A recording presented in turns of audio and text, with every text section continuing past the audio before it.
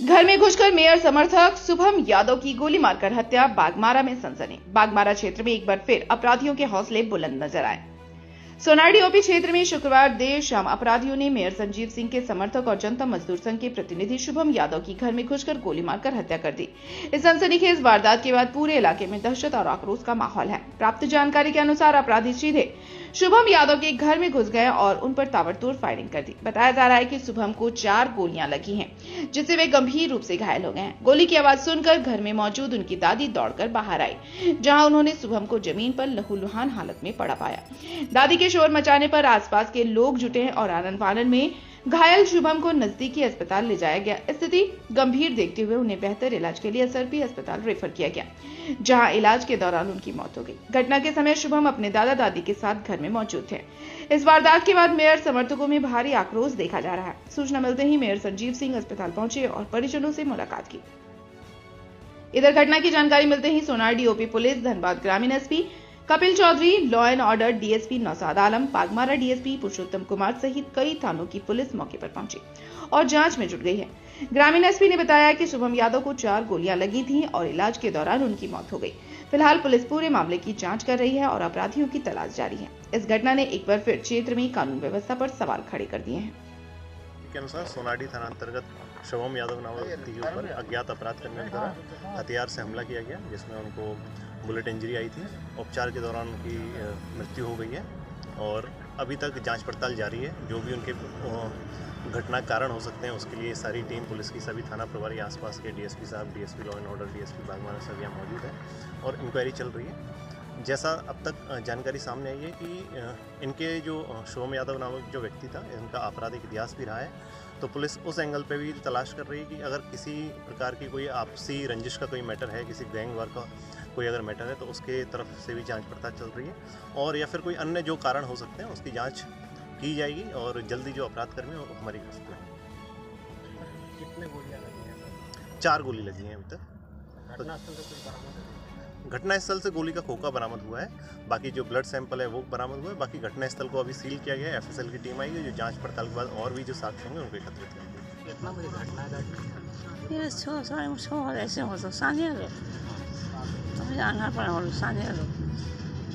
उस बार घर में कौन कौन था चाची? घर में कौन हम ही आ गए। खाली अकेले?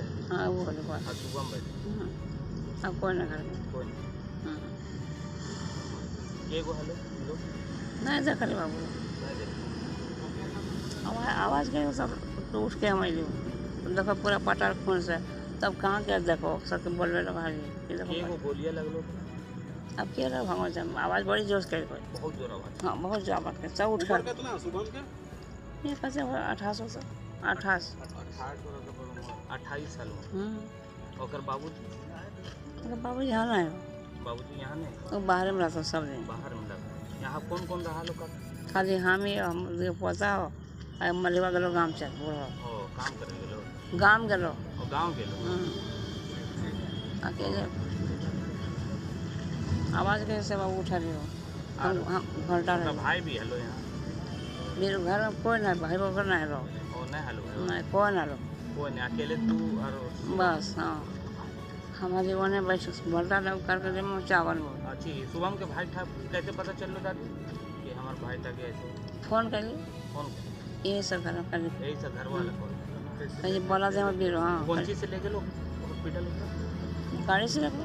गाड़ी से। दादी घटना के बजे खा लगा? नहीं बाबू गाड़ी हम नहीं रख रहे, ऐसे अंदाजा ये 6 बजे हो तो। कितना आदमी हलवा? घटना को लेकर क्या कहेंगे? घटना को लेकर हम लोग प्रशासन से मांग करेंगे कि जो दोषी है उस पर कार्रवाई हो। आज तक ये जो लड़का था ना कोई गैंगवार में या किसी चीज़ और में, ना कहीं किसी चीज़ पे इसका वर्चस्व था। इसको मारने का रीज़न क्या हो सकता है? कहीं कोई ऐसा व्यक्ति होता है कि जो कोई कहीं पे वर्चस्व जमाया रहता है तो लोग उसको हत्या करते हैं, लेकिन इसका तो कोई वर्चस्व ही नहीं था कहीं पे। इसका हत्या का जो साजिश है किस लिए है ये समझ से परे है। हम लोग कानून से मांग करते हैं, प्रशासन से मांग करते हैं कि दोषी को कड़ी से कड़ी सजा दी जाए, कार्रवाई की जाए। परिजनों से मिले, परिजनों का क्या कहना है? परिजनों को तो अभी तक पता ही नहीं है कि शुभम यादव डेथ कर गया है। परिजनों को ये बताया ही नहीं गया कि शुभम यादव डेथ कर गया है। घटना को लेकर कुछ आशंका जताएं परिजन?